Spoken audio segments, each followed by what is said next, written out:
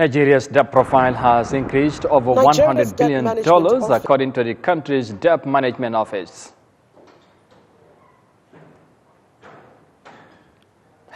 Mediamatic trains media personnel from community radios in the North Bank and Lower River regions on gender-based violence and related issues. And the National Sport Council announced its plans to stage the 2023 May Day celebration after 3 years of absence. Well, this and more coming your way on The World Today.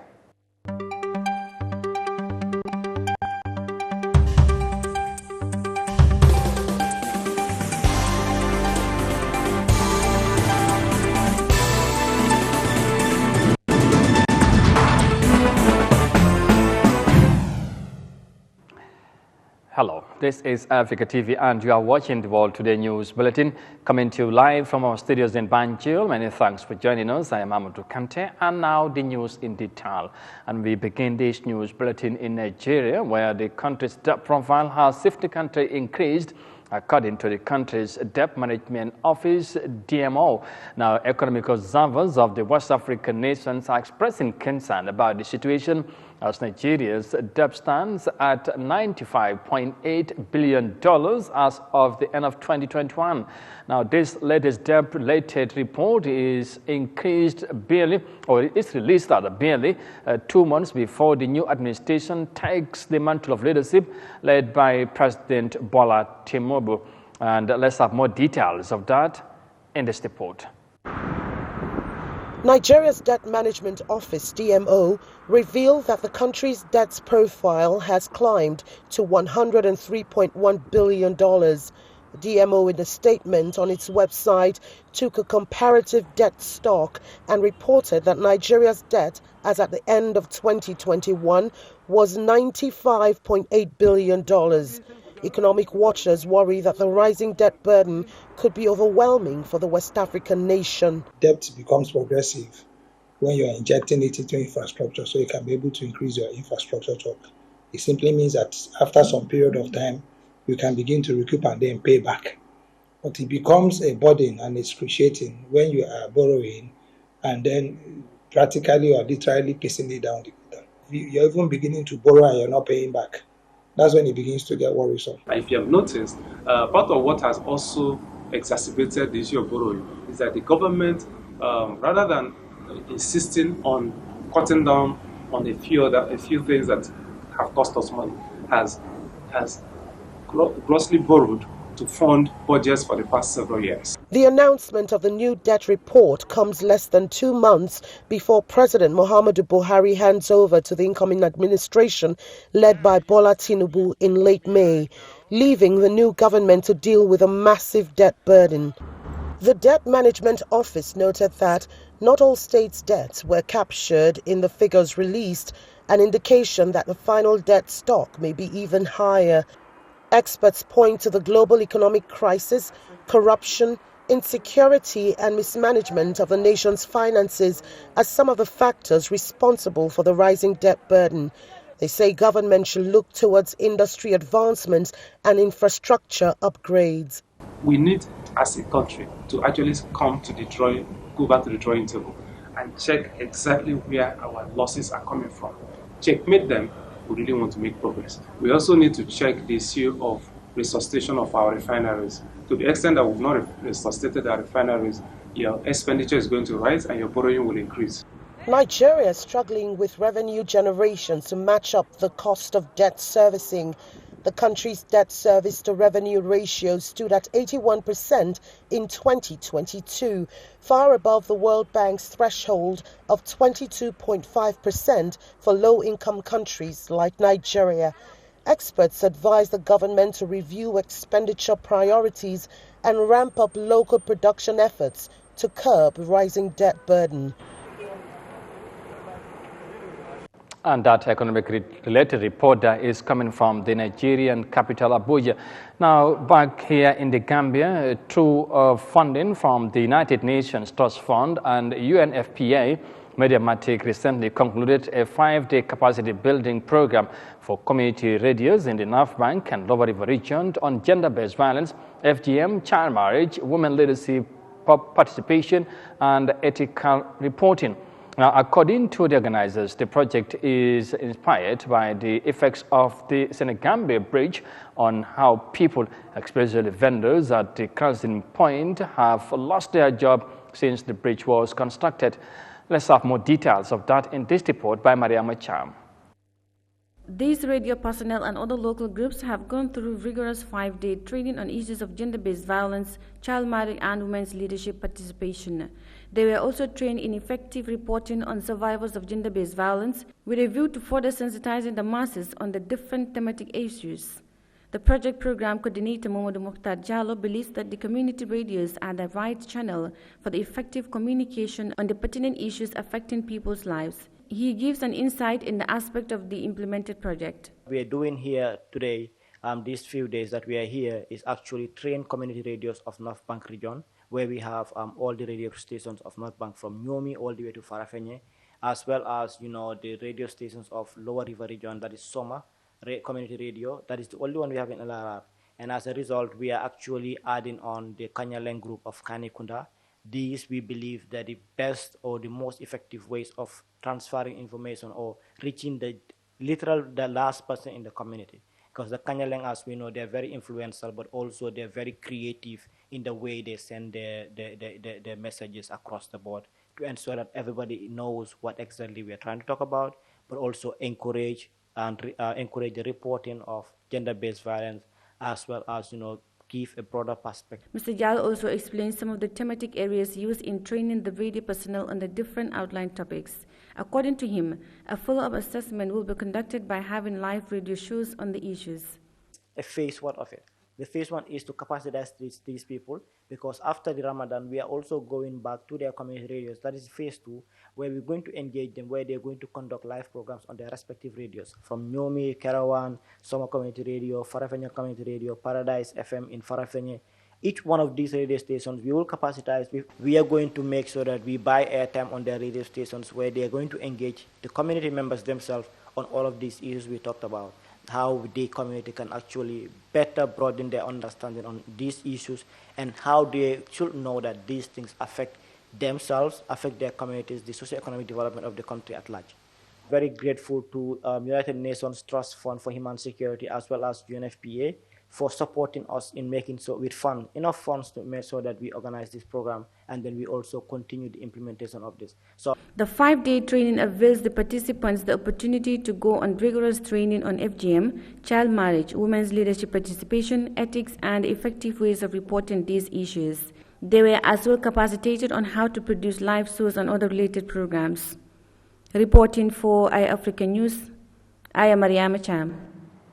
Now to some diplomatic-related matters, because Chinese President Xi Jinping recently hosted President Macron of France in Beijing, where the two leaders discussed plans to cement bilateral ties between the two countries.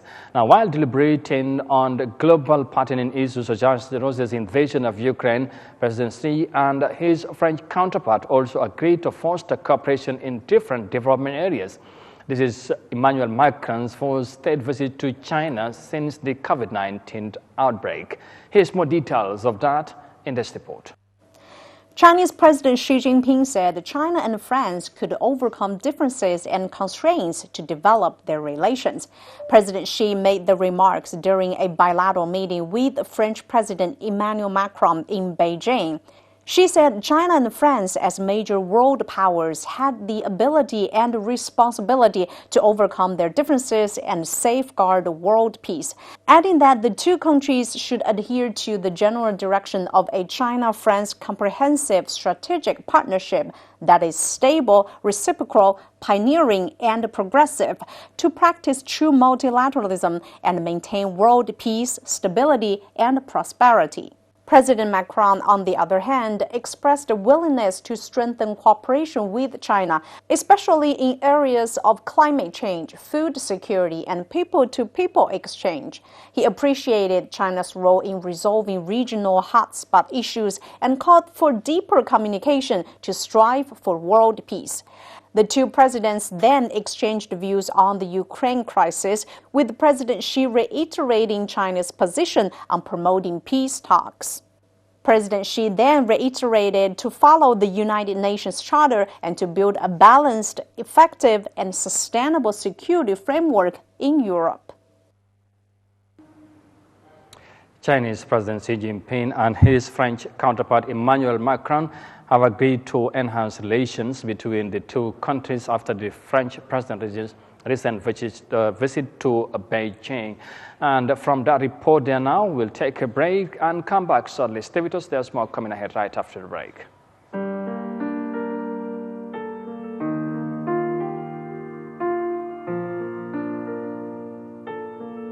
Eyeafrica Global is the first and biggest private real estate developer in the Gambia, with a presence in 7 other African countries. We are launching the development of the first smart and most modern office and retail towers in the Gambia, called TAF Twins, located in the heart of the Kanifing institutional area and 10 minutes drive from Banjul. TAF Twins is designed to have 5 floors of office spaces ranging from 50 meters square to over 1,000 meters square, 2 elevators, central air conditioning, 24-hour electricity and water supply, with the ground floor reserved for banking, supermarket, restaurant and coffee shops. For your bookings and reservations, please call now on 376-2333 or 776-2333.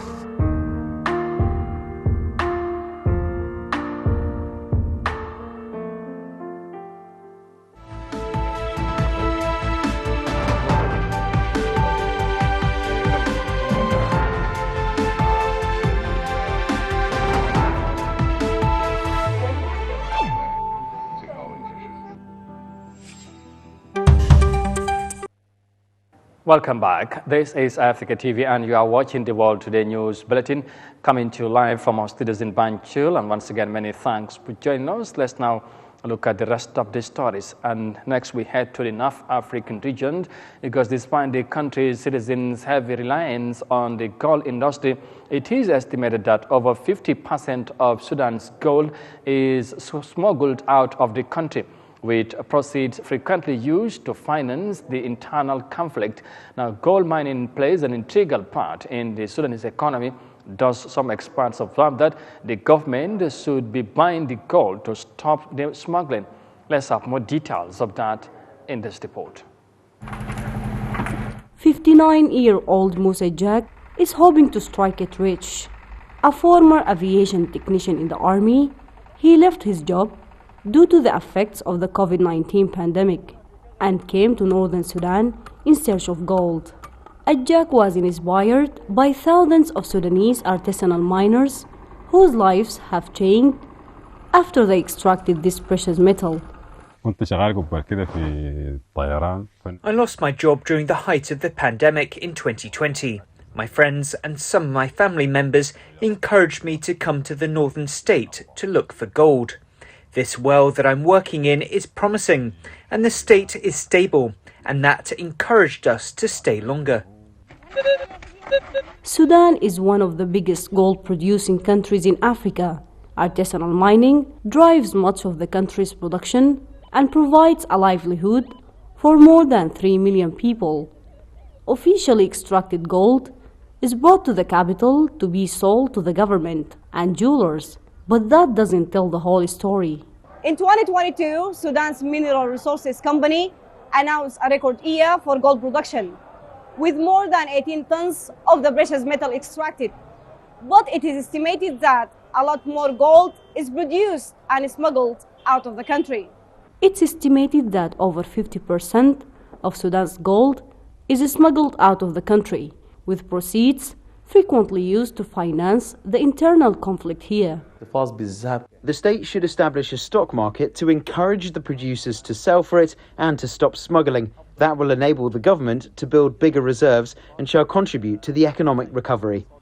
Gold mining is a cornerstone of the Sudanese economy and one of its main sources of enrichment in terms of foreign exchange earnings. It's also used in exchange for importing main commodities like wheat and fuel.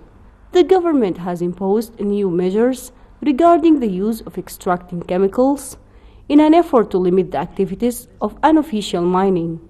Despite uncertainty over the future of gold mining in Sudan, Jack and millions like him are hoping it will provide them with a brighter future.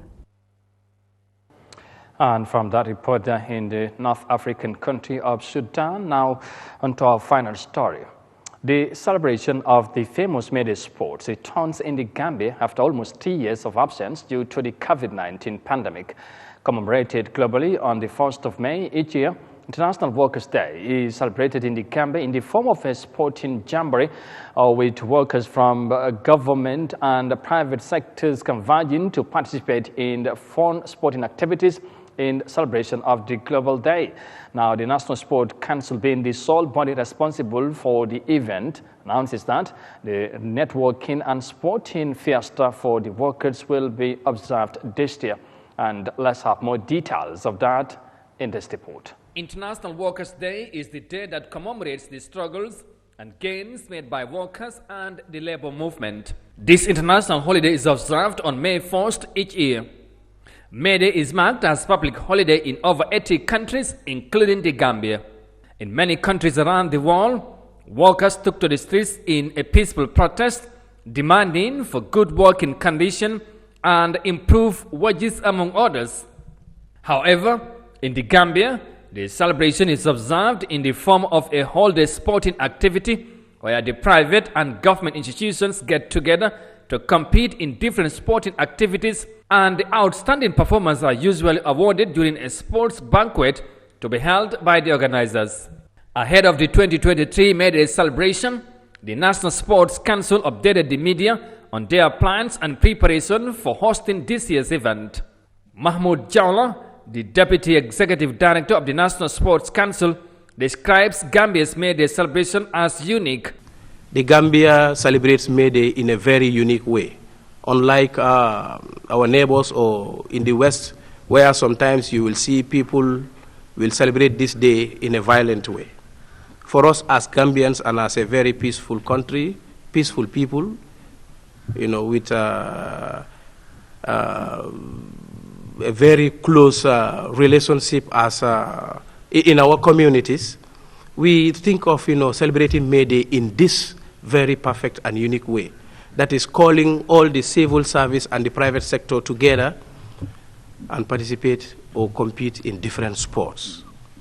Through this, we can communicate, discuss about the problems that we face in our institutions, and then help each other through our conversations, see ways and means of how we help one another to solve the problem without using a radical way. Mr. Jawla also explains some of the activities which are expected to take place before and after the May Day celebration. The activities that are going to be held during the May Day. 2 days before the May Day, we will have volleyball competition. Institutions are given the prerogative to see whether they will want to take part in the May Day or not.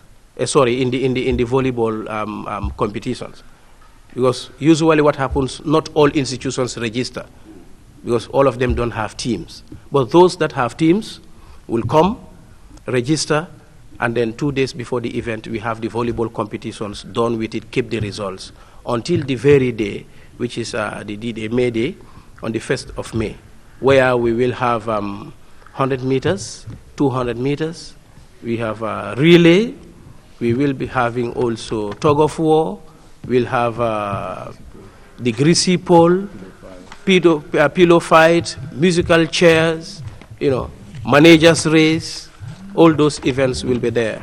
Amid the ongoing renovation works at the country's only independent stadium, this year's commemoration will be held at the Makati Square in Banjul. The venue, very important. The venue will be at the Makati Square because the stadium is under, you know, reconstruction or refurbishment, so we cannot use the stadium. It will be done at the Makati Square. It has been done there in 2014 and it was very, very successful, so it can still be done there. But God willing, 2024 will be at the stadium when we will have, you know, a very different environment.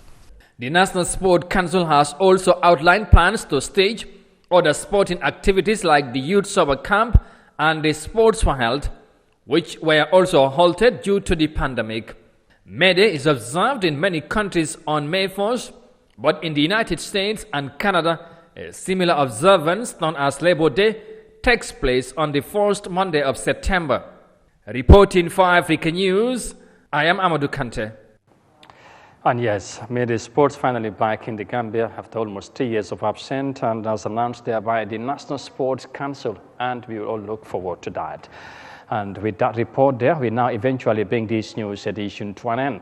But for more details on this and other stories, as always, as ever, you can visit on our website on Eyeafrica.tv. The World Today News Bulletin will return on Monday. But for now, many thanks for the pleasure of your company. Thanks for watching. Stay safe and do have a pleasant weekend ahead. Bye for now.